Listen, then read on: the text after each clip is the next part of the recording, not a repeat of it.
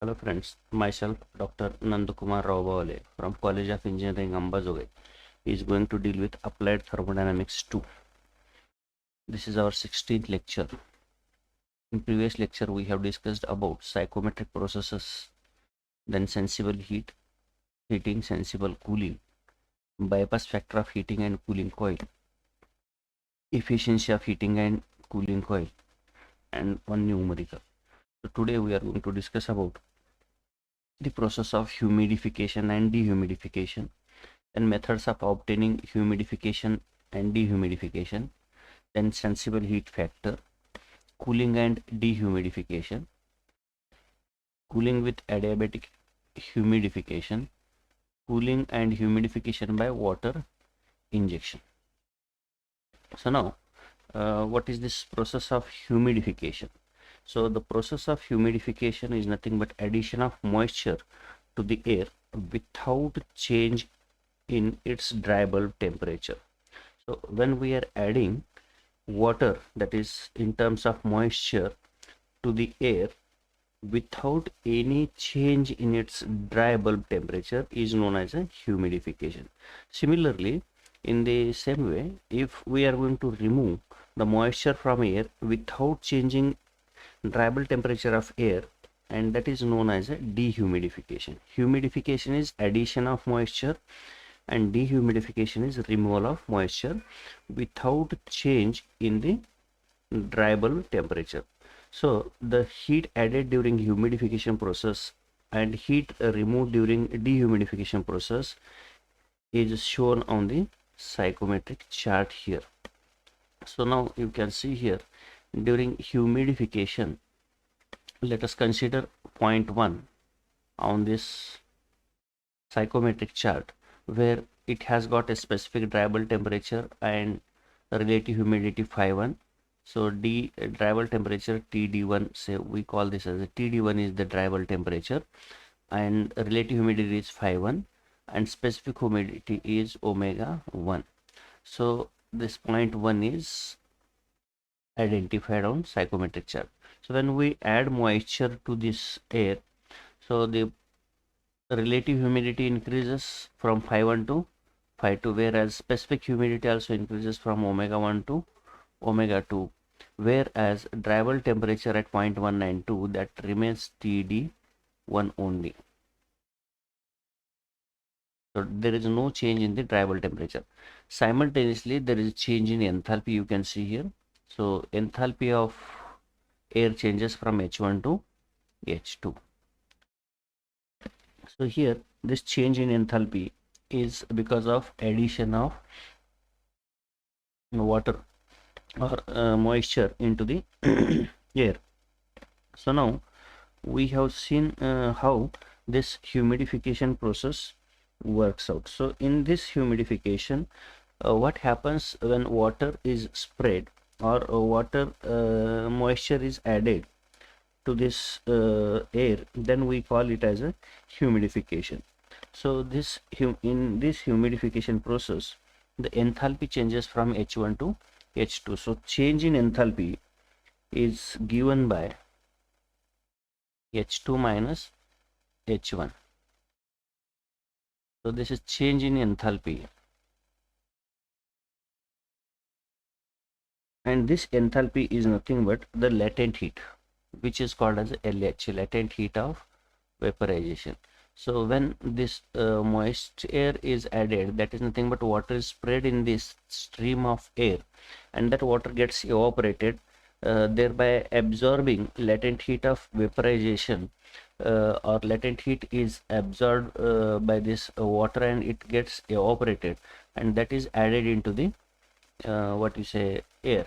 So this latent heat which is added, therefore it is known as latent heat transfer in the process. So this is this can be written again as H2 minus H1 is nothing but HFG, latent heat of vaporization, is absorbed by certain mass of water when it gets evaporated. So specific humidity changes from omega 1 to omega 2. So how much amount of water particles are added to the air is nothing but W2 omega 2 minus omega 1. So this much of water absorbs latent heat of vaporization. That's why it is written as omega 2 minus of omega 1. So that is nothing but, say for example, 10 grams of moisture is present in 1 kg of dry air initially. Now afterwards, what happens when we add water into the air, then humidity changes, that is specific humidity changes to 15 grams per kg of dry air. That is nothing but there is increase in the humidity by 5 grams. So this 5 gram of water absorbs latent heat of vaporization from the air. So that therefore this latent heat which is taken by this water vapor to add into it is known as latent heat of vaporization absorbed by this air. So similarly, if we go for dehumidification, so in this process of dehumidification, so moisture is removed. So initially we consider point 1 as the initial stage or initial condition of air, and then we remove some of the moisture from air, and then the specific humidity of air decreases from 1 to 2, whereas relative humidity decreases from 5.1 to 5.2, but dry bulb temperature TD1 or TD2 remains same. TD, dry bulb temperature remains same. So here enthalpy changes from H1 to H2. So latent heat which is removed from this air, LH, is given by H1 minus H2, or this can be written as, in terms of latent heat of vaporization, LHFG into omega 1 minus omega 2. So this is in other terms latent heat. So this is the process of removal of heat, that is known as dehumidification. So this humidification and dehumidification are obtained by various methods. So how this humidification and dehumidification is obtained? Now you can see here the mechanism of adding or a humidification process. So here there is a water tank and water is sprayed through these nozzles which are at the top. So this water is recirculated with the help of pump. So this is a pump. Water is circulated through these nozzles into this tank, and air is passed through this tank. So this is called as a typically air washer. So through these eliminators, this air enters and passes through the spray of water and comes out. So during this process, the water gets evaporated and it adds to the air. So this is called as a humidification process. So there are two methods of humidification. One is a direct method in which the water is spread in highly atomized state into the room to be air conditioned. This method of obtaining humidification is not very effective. So if a room is to be humidified, directly water spray is made into that room. But in case of indirect humidification, so air is passed into this chamber and then it is humidified, or water particles are sprayed in the stream of air. Or sometimes the air is recirculated through the spray of water without prior heating of air. So air is not heated and it is recirculated, or else it is obtained by preheating the air and then washing it with recirculated water. So as we have seen here, water is recirculated, air is washed, or this can be achieved by using heated spray of water. So hot water is sprayed into this air stream and humidification process is obtained. So now next, the dehumidification process can be obtained by two ways. One is with the help of an air washer or by using a chemical. So in case of air washer, so air is passed through the chamber where the temperature of water is below dew point temperature, DPT. It is below dew point temperature. At that time, the water present in the air gets condensed and it is collected in this tank. So it is similar to humidification process, only the temperature of water which comes in contact with the air is having temperature below a dew point temperature, which condenses the air the moisture present in the air passing through this chamber. So that is one of the dehumidification process. Or else certain chemicals are kept in the path of air, so which are going to absorb water. So hygroscopic chemicals are kept, and through which the air is passed. So when air is passed through the hygroscopic chemical, then the water is absorbed by those hygroscopic chemicals and air becomes dry or dehumidified. So these are the methods how the air is dehumidified and humidified. Now coming to next part, that is sensible heat factor. Now we have studied latent heat as well as sensible heat as a psychometric processes. Now we have seen latent heat, which is added during humidification or dehumidification, and sensible heat sensible heating and cooling process also we have studied. So now one thing we can find is sensible heat factor. So sensible heat factor is defined as the ratio of sensible heat to the total heat. So sensible heat factor is defined as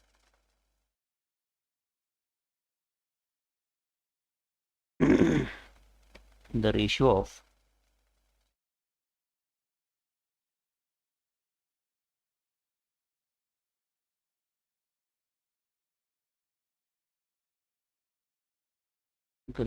of sensible heat to total heat.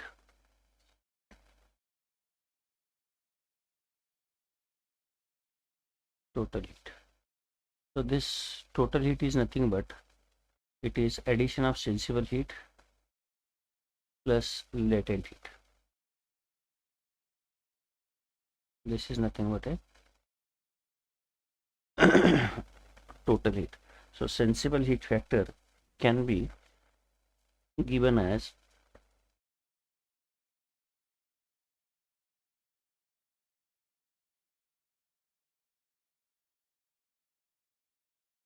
sensible heat divided by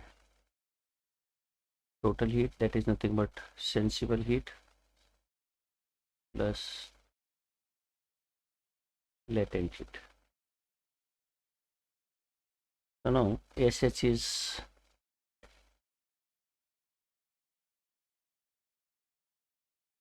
sensible heat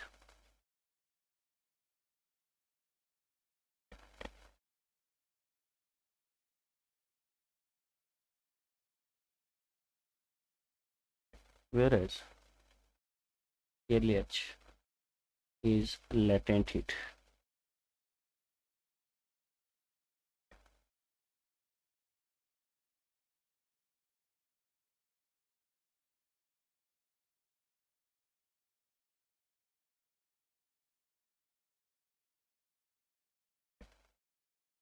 So now we will move to the next thing, that is cooling and dehumidification. So now in this process, this is used in summer air conditioning, and it is to cool and dehumidify the air. To cool in the sense the dry bulb temperature is reduced and humidity is also reduced. So in this case the air is passed over cooling coil or through the cold water spray. So when air is passed through the cooling coil, then the moisture present in the air gets condensed. At the same time, the dryable temperature of air also gets reduced. So the dryable temperature as well as specific humidity of air decreases. The final relative humidity of air is generally higher than the entering air. So now let us consider this process. Say initially air enters at point 1 where dryable temperature is higher, TD1. Specific humidity is omega 1. Specific humidity is omega 1, and it is passed through the cooling coil. So over the cooling coil, where the temperature of cooling coil is, say, this is TD4. TD4 is the temperature of cooling coil. Over this, the air having dryable temperature TD1 is passed. So then what happens? The resultant temperature of air coming out is TD2. So this air comes at the temperature TD2. So what is happening here? The specific humidity, which was omega 1, is going to decrease to omega 2. So in this process, air is dehumidified. That is nothing but the specific humidity of air gets reduced, whereas a dryable temperature also gets reduced. So this is nothing but the process of cooling and dehumidification. So you can see in this graph, so first air is cooled, dryable temperature is reduced, and then when it becomes saturated, then its temperature is the specific humidity is also reduced. So in this process, the enthalpy gets reduced, whereas specific humidity gets reduced, but the relative humidity increases. So now the temperature of cooling coil is known as apparatus dew point temperature. So when this air is passed over the cooling coil,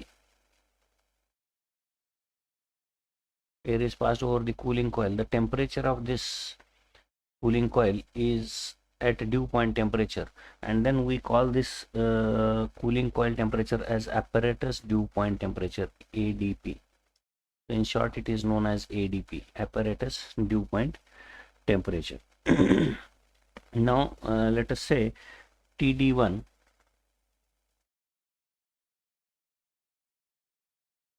be the dryable temperature of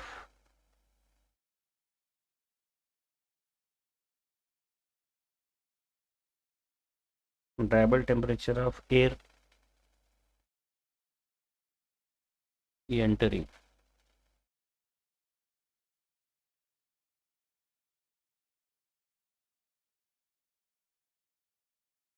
entering the coil.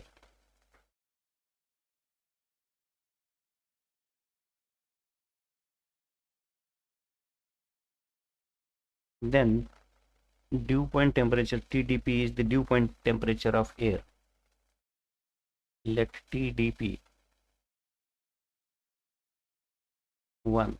So when air enters, it has got its own dew point temperature. TDP is the dew point temperature of air entering. Dew point temperature of air entering the coil, and we call this as TD3, say.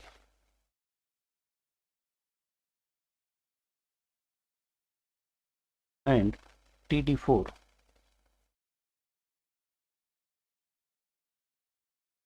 be the effective surface temperature or apparatus dew point of the coil. So we call this as apparatus dew point temperature of coil. So when it passes through the coil, then the temperature of this apparatus is apparatus dew point temperature. The dry bulb temperature of air leaving the coil, that is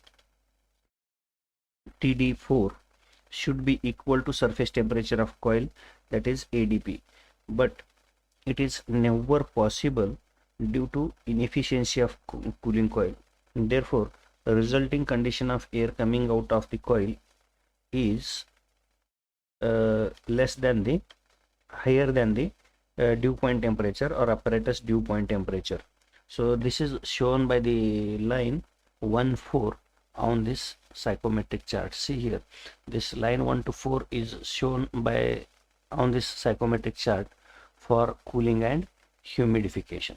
So in this, the temperature of air, dry bulb temperature of air is expected to reduce to TD4, but it, instead of reducing it to TD4, it reduces up to TD2. And that is called as a bypass factor. It is represented by bypass factor. So bypass factor is given by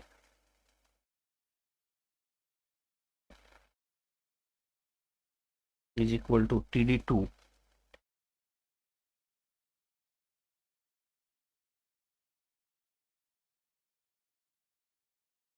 minus TD4.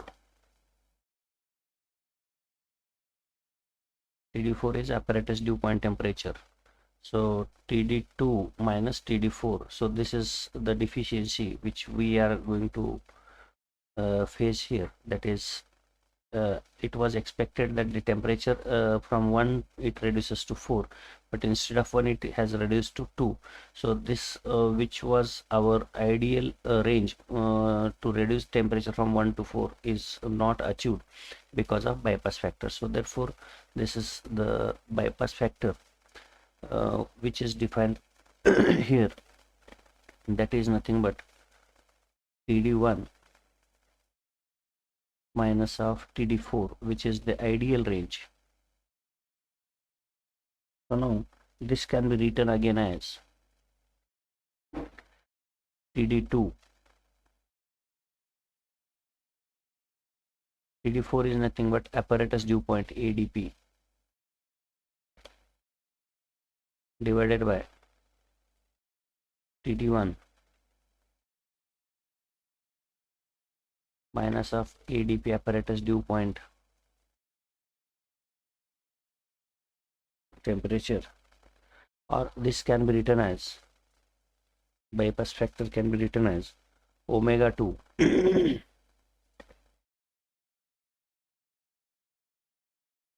minus omega 4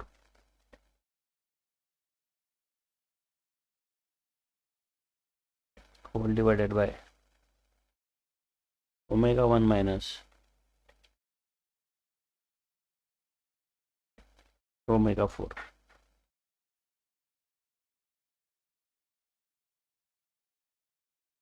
Or this can be again written as H4 minus H2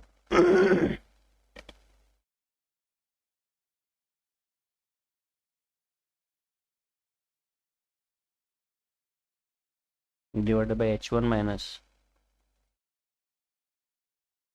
H2.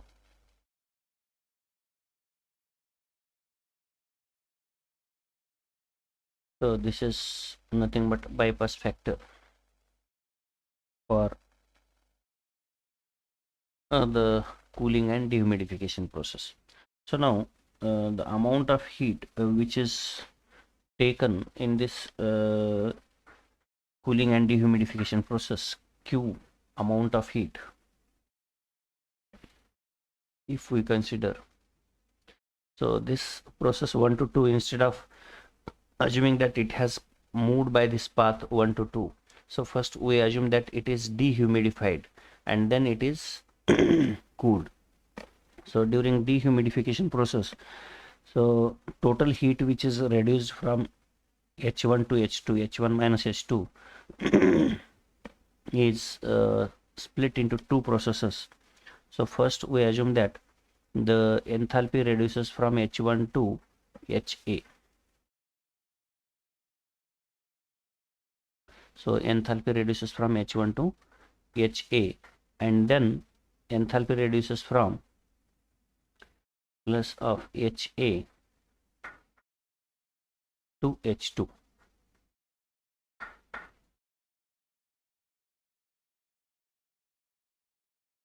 H2. So first part is known as latent heat and second part is known as sensible heat. LH is latent heat and SH is sensible heat. So this is nothing but how the enthalpy is reduced. So sensible heat factor again is given by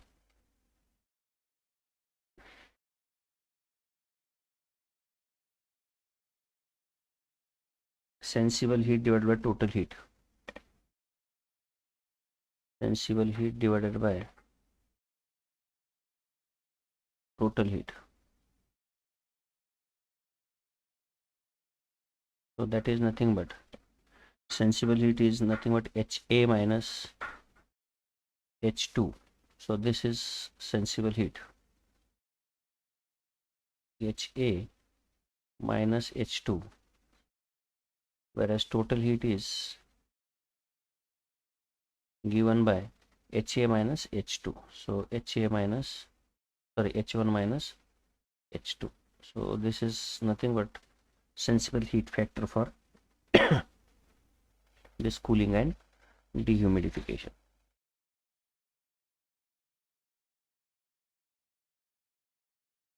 Now coming to one of the problem. So in this problem, what is given? In a cooling application, moist air enters a refrigeration coil at the rate of 100 kg of dry air per minute at 35 degrees Celsius. So this is dry bulb temperature, whereas 50% is relative humidity. The apparatus dew point of coil is 5 degrees Celsius and bypass factor is 0.15. Determine the outlet state of moisture. So here the given data is mass of air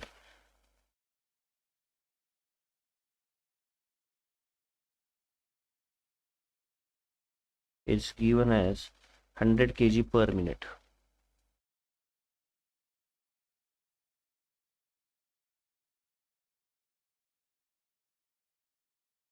100 kg per minute, whereas the air enters at dry bulb temperature TD1 is equal to 35 degrees Celsius and relative humidity of air entering phi1 is 50% and apparatus dew point temperature ADP, which is 5 degrees Celsius. Then bypass factor is also given,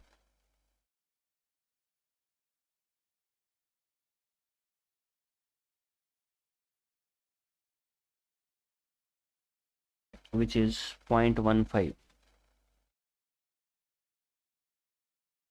So then he is asking us to find out the outlet state of moisture, that is dry bulb temperature of air coming out of this cooling coil. Then now we can see here initial condition of air is at 0.1 say. So he has given dry bulb temperature 35 degrees Celsius and relative humidity as 50%. 50% is relative humidity. Then we have marked this 0.1. Then another thing he has given is apparatus dew point temperature is 5 degrees Celsius. So here 5 degrees Celsius we mark and extend it up to saturation curve. Then we join this line 1 to 4. So in between we want to find out 0.2. So to find 0.2, so here the bypass factor is given. So bypass factor, for this we can write this equation: bypass factor is equal to ATD-II minus of apparatus dew point temperature whole divided by TD1 minus apparatus dew point temperature. So bypass factor which is given for us is 0.15 and TD2 which is to be calculated, TD2 has to be calculated, which is asked in this problem, apparatus dew point temperature is 5 degrees Celsius, whereas TD1 dryable temperature of air entering is 35 degrees Celsius. 35 minus 5. Then on simplification, the dryable temperature of air coming out TD2 is equal to 9.5 degrees Celsius.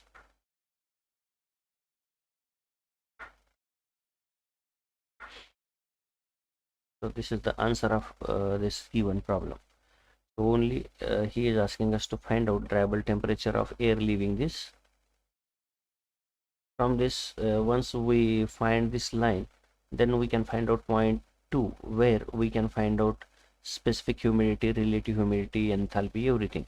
So other things can be obtained by this line 1,4. First we have to draw line 1,4 on psychometric chart, and then we can find TD2, and this TD2 line, wherever it intersects to this line 1,4, the point 2 can be identified, and from this graph we can find out the rest of the properties of this air, such as specific humidity, then relative humidity phi2, and enthalpy H2. So everything can be determined. Here what we did here, 35 degrees Celsius. 35 degrees Celsius means from here somewhere. So this is the line of 35 degrees Celsius, and 50 as the relative humidity, and then the temperature, apparatus dew point temperature was 5, so we can mark here apparatus dew point temperature as 5 degrees Celsius. Then we can join these 2 points directly on this graph, and after that 9 degrees Celsius was the 9.5 degrees Celsius was the temperature of dew point, dryable temperature. TD2 is 9.5 degrees Celsius, 9.5 degrees Celsius, somewhere here. There we can mark this point, and corresponding to that we can find out all other properties of this air.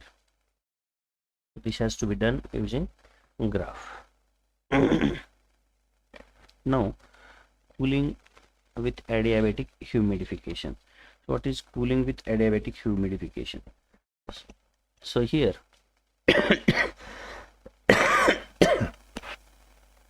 the air is passed through an insulated chamber having the water spray. So here the water spray is arranged, and air is passed through this insulated chamber, so there is no transfer of heat, and maintained at temperature, say T1. This is maintained at temperature T1, higher than dew point temperature of air entering. So when air is entering, it has got TDP, dew point temperature of air, TDP1, and this temperature T1 is higher than the temperature of dew point temperature of air, but lower than dryable temperature of air entering. So it is less than dryable temperature TD1. So this T1 is such that T1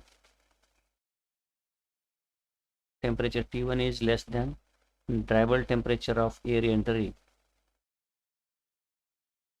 TD1, but greater than dew point temperature TDP1. T1 is such that it is greater than dew point temperature and less than dryable temperature. Then the air is said to be cooled, or when the air enters into the chamber, and when the dryable temperature of air equal to the wet bulb temperature of air entering, then the air is said to be cooled and circulated again and again. Therefore, in this case, the condition of adiabatic saturation will be reached. The temperature of spray water will reach to thermodynamic wet bulb temperature. So as this water is recirculated in this, so what happens, the temperature of this water reaches to wet bulb temperature of air that is the lowest temperature attained by this air. So in this case, the ideal case, what happens here, the air becomes saturated with water. So in ideal case, say let us consider point 1, where air enters into this system at TD1 temperature. So when this water is at dew point temperature, so as this water is at dew point temperature, it is expected that the temperature of air has to reach to the dew point temperature, that is T3 or TD3. But because of bypass factor and all, so it is impossible for this air to reach to the dew point temperature. So the temperature of air reduces from 1 to 2, that is TD1 to TD2, instead of reducing it to TD3. So this is the practical difficulty in case, actual case. In ideal case, the temperature of air which is going to decrease from TD1 to TD3 as air comes in contact with the water which is at dew point temperature, but practically it does not happen. Now we can see here the actual,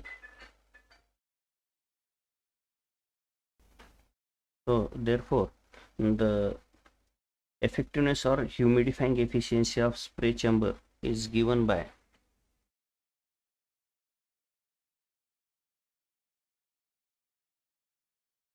that is efficiency of chamber is given by actual drop in dry bulb temperature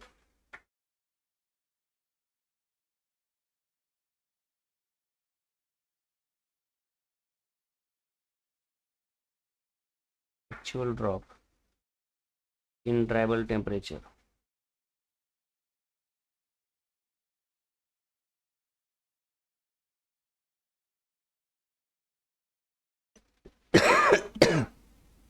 to ideal drop in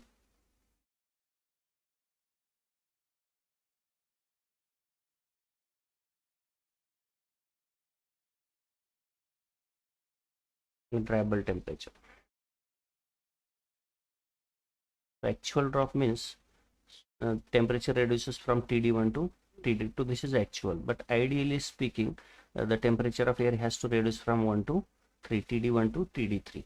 So this is written as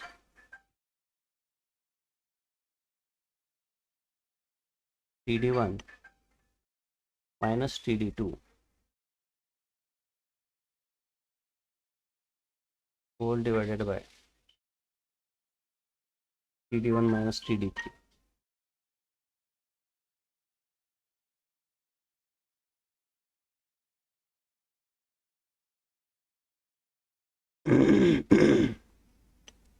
So this is again can be written as specific humidity, in terms of specific humidity, omega 2 minus of omega 1 whole divided by omega 3 minus of omega 1 in terms of specific humidity. So now this is in case if the temperature of air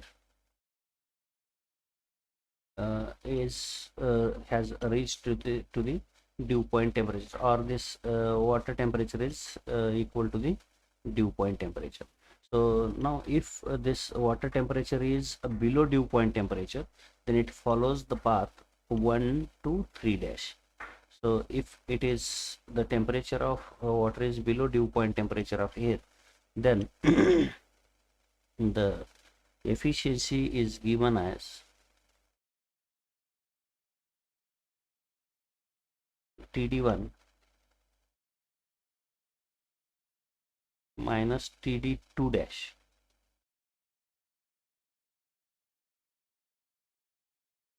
divided by TD1 minus of TD3 dash.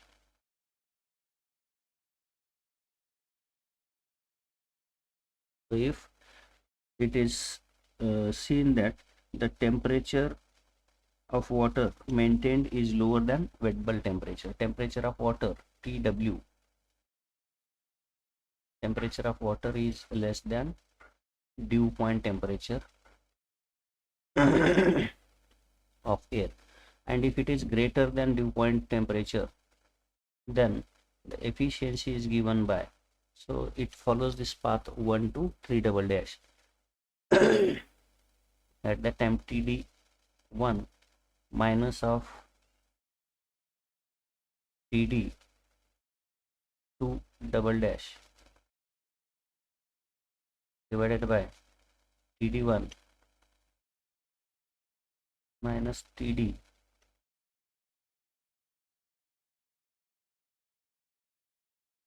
double dash,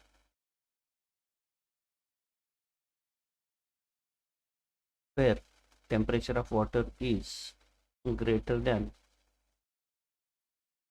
temperature of dew point temperature of air. So this is called as a cooling with adiabatic humidification. Adiabatic humidification is nothing but, here the enthalpy is not going to change, so this follows the constant enthalpy path. So here H1 is equal to H2 is equal to H3, so therefore it is called as adiabatic humidification. Enthalpy is going to remain same, H1 is equal to H2 is equal to H3. The enthalpy is going to remain same. Then coming to next that is cooling and humidification by water injection. So it is similar to this cooling and adiabatic humidification. So here the water at temperature T1, water at temperature T1 is injected into the flow of air stream. So similar to the previous case, stream of dry air, and the final condition of air depends upon the amount of water evaporated. So as the water gets evaporated, the final condition of air depends on the amount of water evaporated. When the water is injected at the temperature equal to wet bulb temperature of entering air, then the process follows the path of constant wet bulb temperature. So here constant wet bulb temperature or constant enthalpy line, it follows this constant wet bulb temperature line. So when it follows, when the temperature of injected water is equal to the wet bulb temperature, then it follows wet bulb path. Then the process follows the path of constant wet bulb temperature. Therefore let us consider MW. M suffix W is mass of water supplied.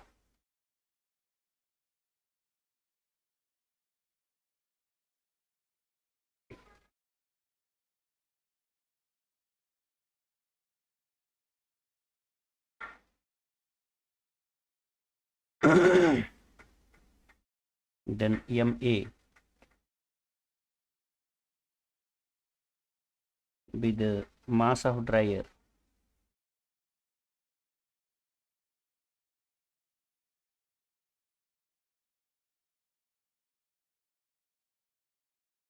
and omega 1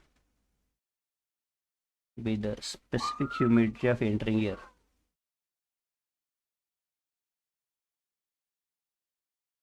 Humidity of entering air.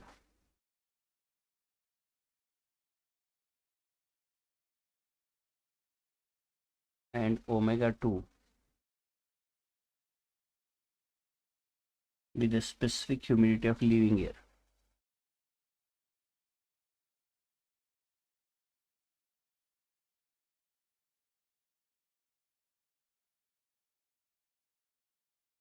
And HW be the enthalpy of water injected.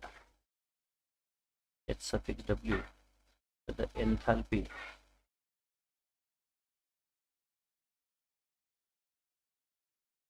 of water injected.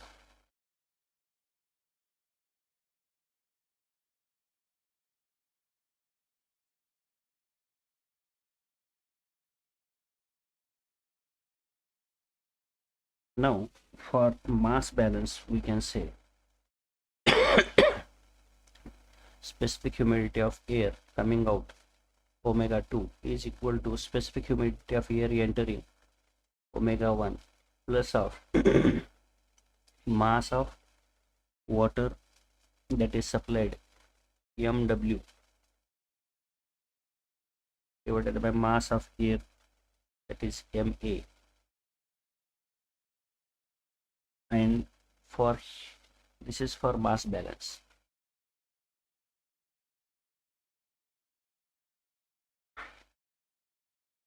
What is mass balance here? So specific humidity of air leaving this system is omega 2 and specific humidity of air entering the system is omega 1. So there is increase in the specific humidity that is given by mass of water to mass of air which is supplied.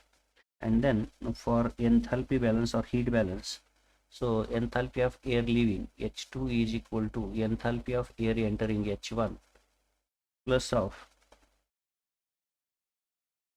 mass of water supplied per unit mass of air into latent heat of vaporization, that is HFW, where HFW is enthalpy of water. HFW is enthalpy of water, not latent heat. So this gives us what you say enthalpy, or this in other terms can be given as H1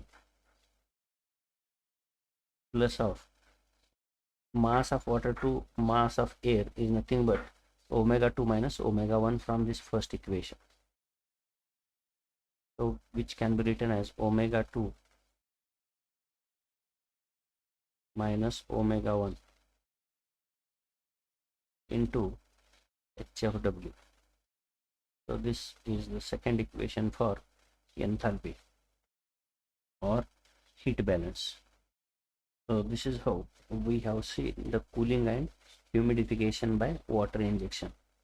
So this is known as sometimes evaporative cooling, so which is attained in cooling tower. So in cooling tower the process is known as the evaporative cooling process, or the air coolers are also going to follow evaporative cooling processes. So today we stop here. In next class we will be looking at some other things which are left, that is such as heating and humidification, then heating and humidification by steam injection, that we are going to discuss in the next class. Thank you.